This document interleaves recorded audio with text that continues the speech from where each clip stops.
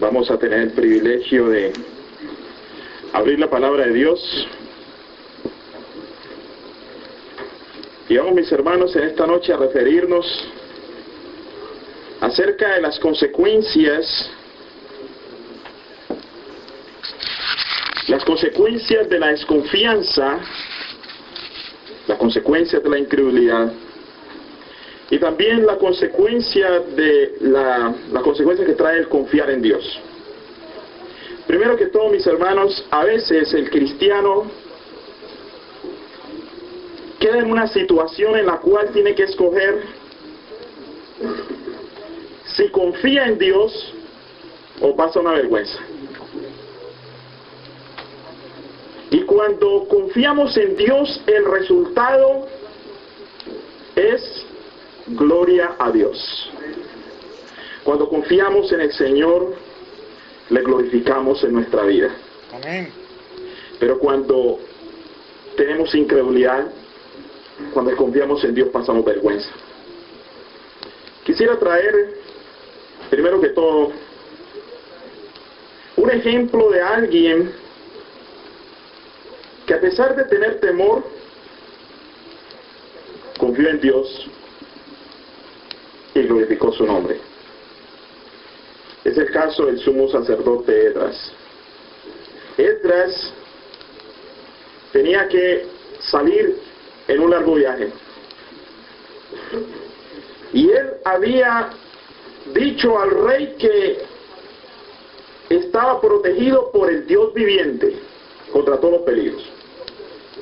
Vamos a ir al libro de Esdras en el Antiguo Testamento, capítulo 8, versículo 21 al 23. Dice ahí Esdras: y publiqué ayuno allí junto al río Ahava para afligirnos delante de nuestro Dios. Repito la cita, Esdras 8:21. Para solicitar de él camino derecho para nosotros y para nuestros niños y para todos nuestros bienes. Versículo 22.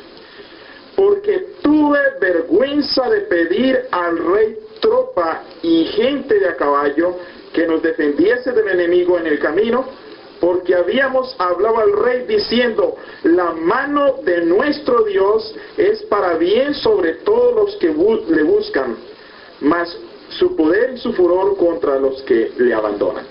Versículo 23.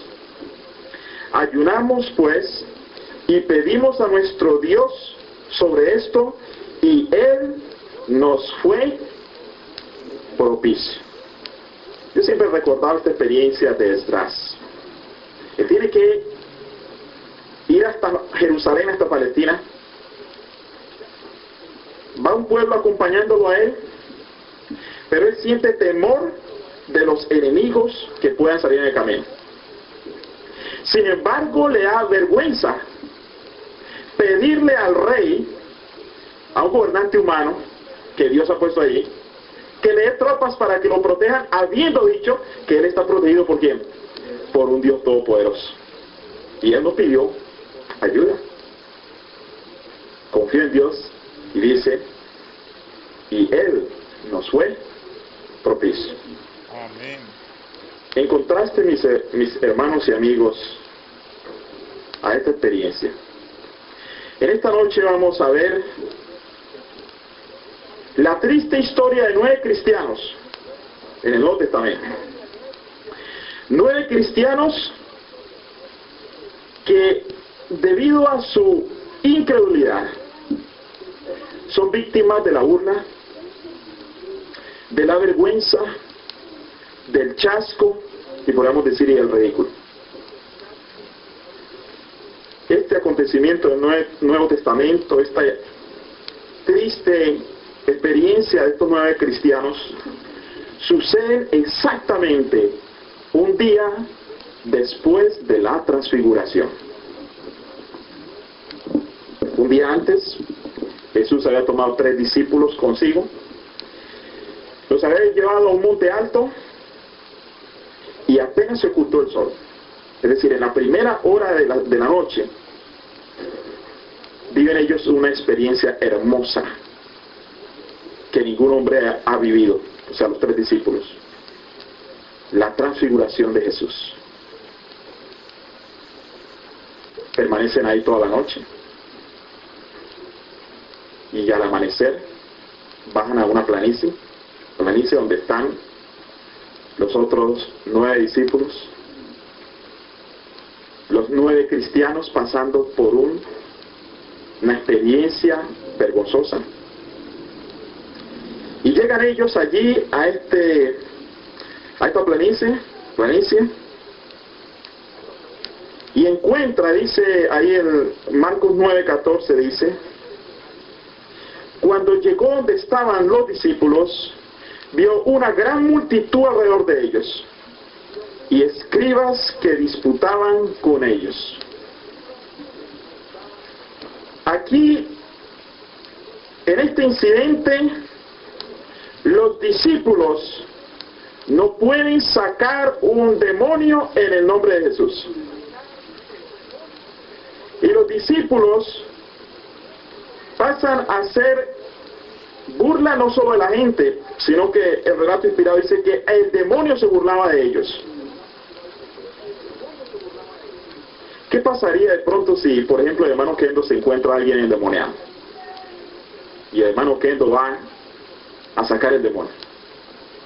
Pero resulta que el demonio se burla del hermano Kendo. Y la gente se burla de él. Sería bastante duro, ¿verdad, hermano Kendo?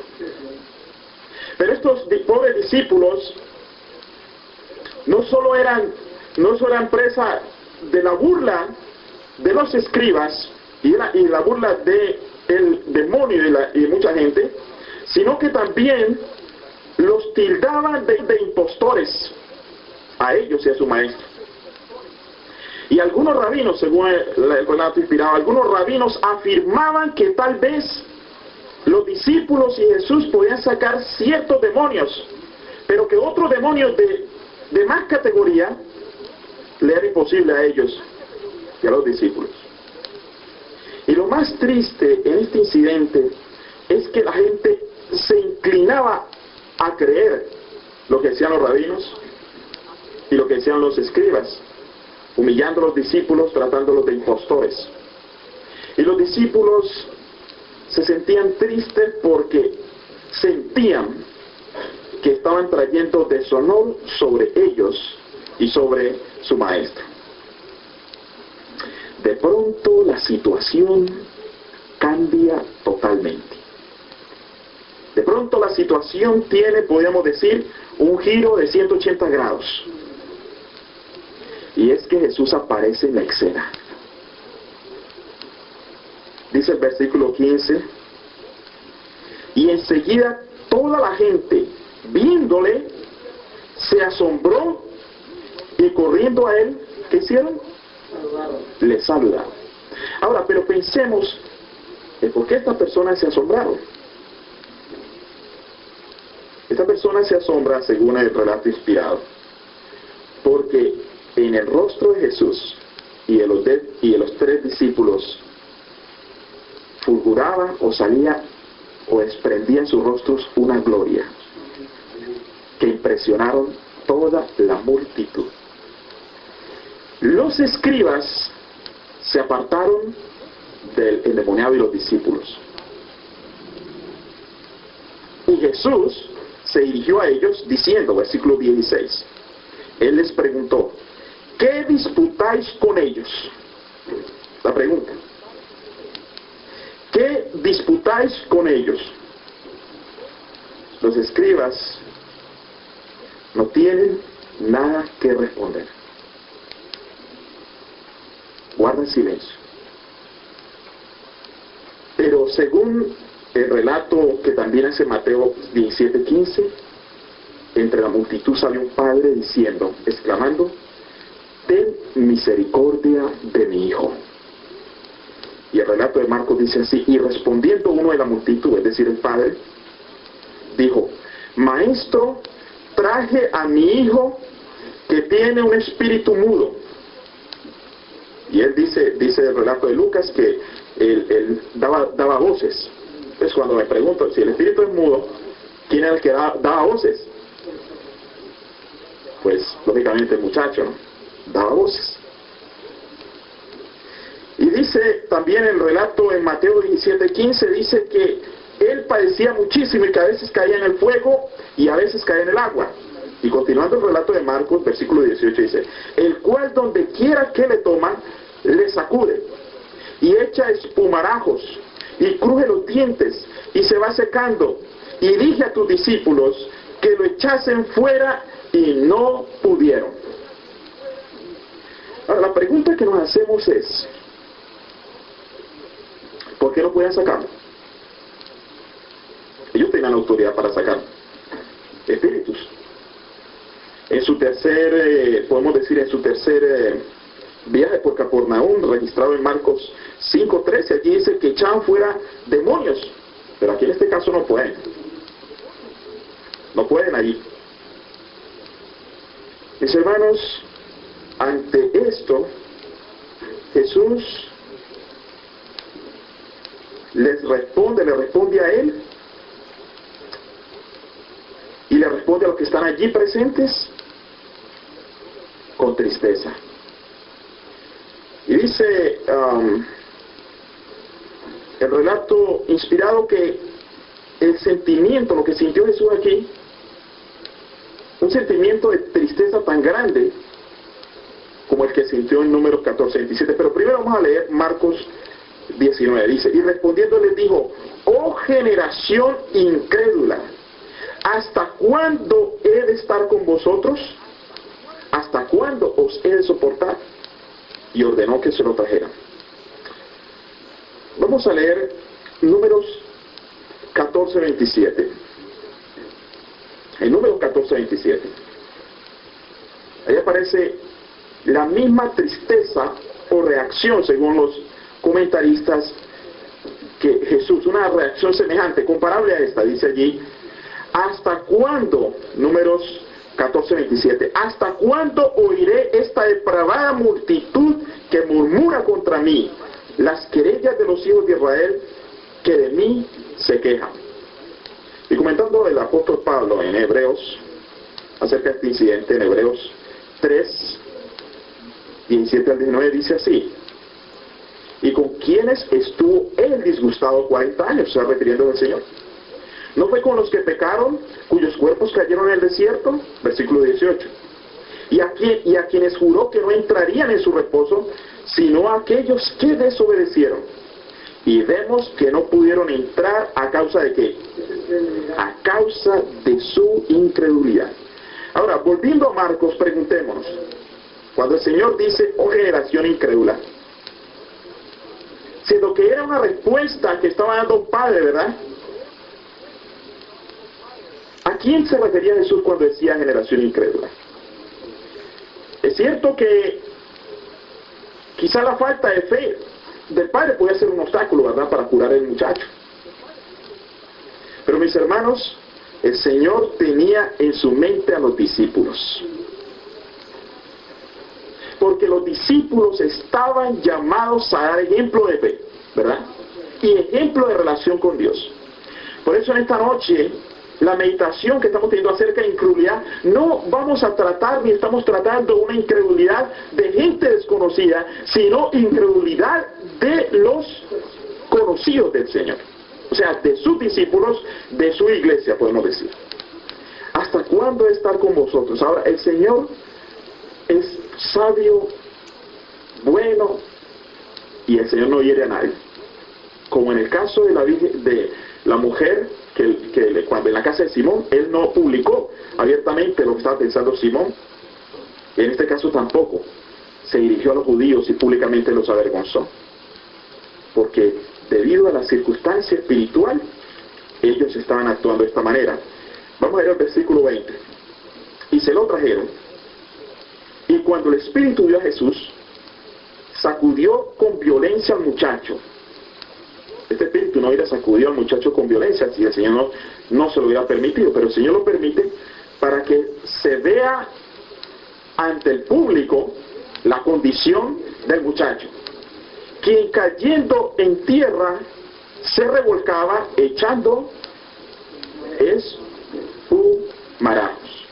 quiero leer una parte de Deseado a todas las gentes, capítulo, página 395, que nos habla acerca de estos momentos en que el muchacho llega ante Jesús, el espíritu lo sacude con violencia y está frente a Jesús ya el muchacho. Dice aquí en el Deseado a toda la gente, página 324, dice: cuando Jesús mandó a los 12 a predicar por Galilea, les había conferido autoridad. Dice en el 395, dice: el príncipe de la vida y el príncipe de las potestades de las tinieblas habían vuelto a encontrarse en el campo de batalla. O sea, en los momentos en que cayó el muchacho ahí frente a Jesús. Cristo, en cumplimiento de su misión de pregonar a los cautivos libertad y poner en libertad a los quebrantados, Satanás tratando de retener a su víctima bajo su dominio. Invisibles, los ángeles de luz y las huestes de los ángeles malos se cernían cerca del lugar para contemplar el conflicto. Por un momento, Jesús permitió al mal espíritu que manifestase su poder, a fin de que los espectadores comprendieran el libramiento que se iba a producir. Dice el versículo 21, Jesús preguntó al Padre: ¿cuánto tiempo hace que le sucede esto? La pregunta que Jesús hace es con relación de aclarar más ante los espectadores la condición del muchacho. Versículo, y él dijo: desde niño. Versículo 22. Y muchas veces le echan el fuego en el agua y en el agua para matarle. Pero si puedes. ¿Qué dice aquí el Padre? Si puedes. O sea, ante el Padre había una posibilidad de que Jesús, ¿qué? No pudiera. Si puedes, hazlo. Si puedes hacer algo, ten misericordia de nosotros y ayúdanos. Aquí la condición que presenta el versículo 21 es de alguien que tiene un problema crónico, ¿verdad? Desde niño, toda su vida. Algo que está fuera del control humano, podemos decir, de los médicos y de cualquier control humano. Ante la duda de si puedes, Jesús le dice: si puedes creer, al que cree, todo le es posible. Versículo 24. Inmediatamente el padre del muchacho clamó y dijo: creo, ayuda mi incredulidad. Habremos estado quizás en una condición donde tenemos que pedirle al Señor: ayude mi incredulidad. Aquí el ser humano, la persona, el alma, se encuentra en una condición de que hasta necesita que el Señor mismo impulse su fe. Ayuda en mi incredulidad. Y qué tan maravilloso es saber que Jesús dice: el que a mí viene, no le echo fuera. Y cuando Jesús vio la multitud, que la multitud se agolpaba, o sea, en otras palabras, antes de que eso se llenara de gente, que Jesús no quería satisfacer el placer del espectáculo a la gente, dice. Y cuando Jesús vio que la multitud se agolpaba, reprendió al espíritu inmundo diciendo: espíritu mudo y sordo, te mando, sal de él y no entres más. El espíritu, clamando, sacudiendo con violencia, nuevamente el Señor le permite al espíritu que actúe para que se vea después el contraste de la condición de la criatura, del alma, antes de ser liberado por Cristo y después de ser liberado. Con violencia se sacude y salió, y él quedó como muerto, de modo que muchos decían: está muerto. Pero Jesús, tomándole la mano, le enderezó. O sea, Jesús no solo libra el alma, sino que le da fuerza para que continúe. Y aquí Jesús ha librado esta alma y con su mano la fortalece para que continúe. Amén. Y lo levanta. Luego nos dice el versículo 28, cuando Él entró en casa. ¿En cuál casa entraría Jesús aquí? ¿En cuál casa entró Jesús? Bueno, quiero decirles que Jesús entró donde Él vivía. En esa época estaba viviendo provisionalmente en la ciudad de Capernaum, de la región de Galilea, y era huésped de Pedro. O sea, Jesús, su lugar de morada era la casa de Pedro, según los otros registros bíblicos que tenemos acá, versículos Marcos 2:18 y otros versículos, y también la pluma inspirada nos dice que la casa de Pedro era ¿qué? La residencia de Jesús. Entonces fueron a la casa, los discípulos estaban intrigados, querían saber qué pasó, por qué ellos no echaron fuera el espíritu, y preguntan, dice, sus discípulos le preguntaron aparte. En otras palabras, los discípulos no se pusieron a preguntarle en público, pues estaban avergonzados. Los discípulos los llaman aparte. Estos 9 discípulos burlados y chasqueados llaman a Jesús aparte y le preguntan, ¿por qué nosotros no pudimos echarle fuera? Y antes de leer el versículo siguiente, vamos a leer ahora lo que nos dice el desahogo de la gente, comentando la respuesta. Cuando Jesús mandó a los 12 a predicar por Galilea, les había conferido autoridad sobre los espíritus inmundos para echarlos. Mientras conservaron firme fe, escuchen bien, mientras conservaron firme fe, los malos espíritus habían obedecido sus palabras. O sea, ahí tenemos la razón. Ellos no conservaron ¿qué? La fe, no conservaron una fe firme. Y nos dice también en la página 397, dice, su incredulidad, que los privaba de sentir una simpatía más profunda hacia Cristo, y la negligencia con que habían considerado la obra sagrada, a ellos confiados les habían hecho fracasar en el conflicto con las potestades de las tinieblas. O sea que tenemos varias razones. Primero, falta de fe. Segundo, bueno, ahí la falta de fe y la incredulidad la podemos juntar, pero la negligencia en considerar el trabajo del Señor. Y dice más abajo, dice, la súplica ferviente y perseverante dirigida a Dios con fe induce a confiar plenamente en Él y a consagrarse sin reserva a su obra. Es la única que puede prevalecer para traer a los hombres la ayuda del Espíritu Santo en la batalla contra los principados y potestades, los gobernadores de las tinieblas de este mundo y las huestes espirituales de inequidad en regiones celestiales. Mis hermanos y amigos, necesitamos tener una súplica ferviente y perseverante dirigida a Dios, a fin de que nuestra fe se afirme. De otra manera, podemos fracasar como los discípulos. De otra manera, podríamos de pronto contestar mal a alguien y la persona decir, no es que es cristiano. Y ahí está el enemigo burlándose. ¿Y cómo es que hace aquello? No dice que es un cristiano. ¿Y cuál es la reacción de esta persona? O cuando encontramos un cristiano que hasta muestra inseguridad ante los que no conocen a Dios. Cuando tiene que una persona que no conoce la Escritura acercarse ante un cristiano y animarlo, a inyectarle ánimo y optimismo, cuando debería ser al contrario, el cristiano dar fe, ser un canal de fe y de seguridad para el mundo, un canal por el cual fluyan las bendiciones de Dios, de fe y de credulidad al mundo. Mis hermanos, necesitamos un reavivamiento en nuestras vidas. Necesitamos ser alimentados por la fuente eterna de fe y fortaleza que es nuestro Dios. Dice el versículo 29, y Él les dijo, este género con nada puede salir, sino con oración y ayuno.